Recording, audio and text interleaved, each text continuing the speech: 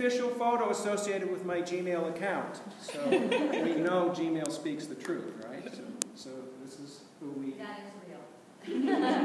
Yeah, a grade school photo, but have I changed that much, really? A little bit, perhaps. Hair color's off.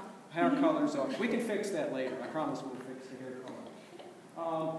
I don't like the word retirement. I have a lot of problem with it. Maybe it's my age and stage. Maybe it's a generation. So I did some searches on the internet, and I noticed that Smart Money magazine a number of years ago ran a contest for alternatives to the word retirement. And this is their top 10 out of thousands of entries that were submitted. Maybe you have a favorite. Gretchen likes Spirals. Some are pretty corny and pretty silly. The correct answer, right? This is you're being quizzed on this. The correct answer was Life 2.0. That was the winner. Somebody won tens of thousands of dollars for submitting that entry. And as I think about that, I really like it because it's like a new software release. You know, when a new software release comes around, it's like all the bugs have gone away in the old one. We got something bigger, better, newer, whatever. So that's sort of how I look at retirement, as I get to redesign things. Get to go back to the drawing board and create a new release. And there'll probably be another release or two coming out after that, but this is a good place to start. Here's the question that bugged me for a long time before I announced that I was retiring. How do you know it's time to retire? How do you really know? And I scratched my head a bit. Well, with the aid of Phil Tripp over here, who retired a year ago from the Career Development Center, he relayed a story how he spoke with Dr. Adler, who was our former president of the university, and she reportedly said, you just know, there's sort of a gut sense, just a visceral sense, you just know it's time. And I was kind of consulting inside and said, well, I'm not sure quite where to go with that, but I will consider that advice. And I also began to notice around that time some very public figures, and I really started paying more attention. Why are they supposedly retiring? What are they retiring to? What's that about? What is their explanation? So that caught my attention. And I guess we get back to the Phil Tripps of the world here, but others as well. I noticed these retired folks seem so happy. I went to a luncheon, and there's another one coming up, of ABSCURF, which is ABSCUF for retired folks. Ed's in that. And they all looked so happy. They all had interesting stories to tell. They weren't complaining about their courses or the overhead projectors or department politics. They had interesting things to talk about. So these retired folks seemed so happy. That really got my attention.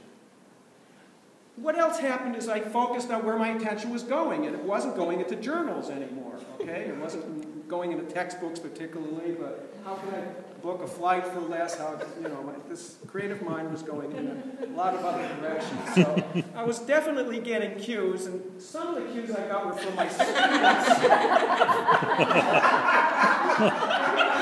This is totally unstaged. Near the end of the semester, before I announced I was retiring, I walked into my senior seminar. Many of you know I run very casual seminars, student-centered, student-run. You saw that, right, Linda? And Loretta, did I bring you one of those? There's a student on the table.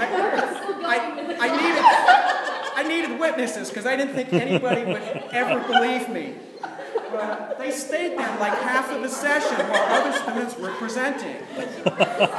She participated from the recording. Yeah, it was absolutely stunning. I'd never seen anything like that. But I was open to this experience.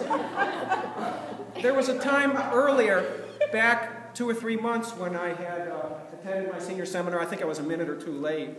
Don't scold me, please. I was a minute or two late for my class. And there were no chairs left. There was just absolutely no place. And I was sort of looking around, and one student, who I will not name publicly, looked at me and he said, "You have been deemed obsolete."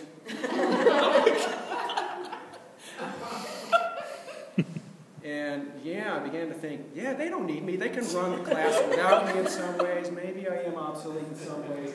What really caught my attention, there were a number of clues, right? Was signs from the universe. I saw that. I pass this every day going on the way to school and back down Route 322 from Downingtown to Westchester. So this really got me. I have a little ways to go, right. I think. And yeah, you could stay. Yeah, and my 92-year-old dad still has a lot of hair on his head. Forward. That's the first, pushing it forward. Yeah. Okay. But anyway, a lot of interesting clues. So I got hints. And also I was dropping hints in my classes and other situations about my pending retirement. A lot of people didn't quite get what was going on. But when they look back, they say, yeah, that was kind of cute what he said. So let me go on and talk about some course memories as I look back. What are some of the things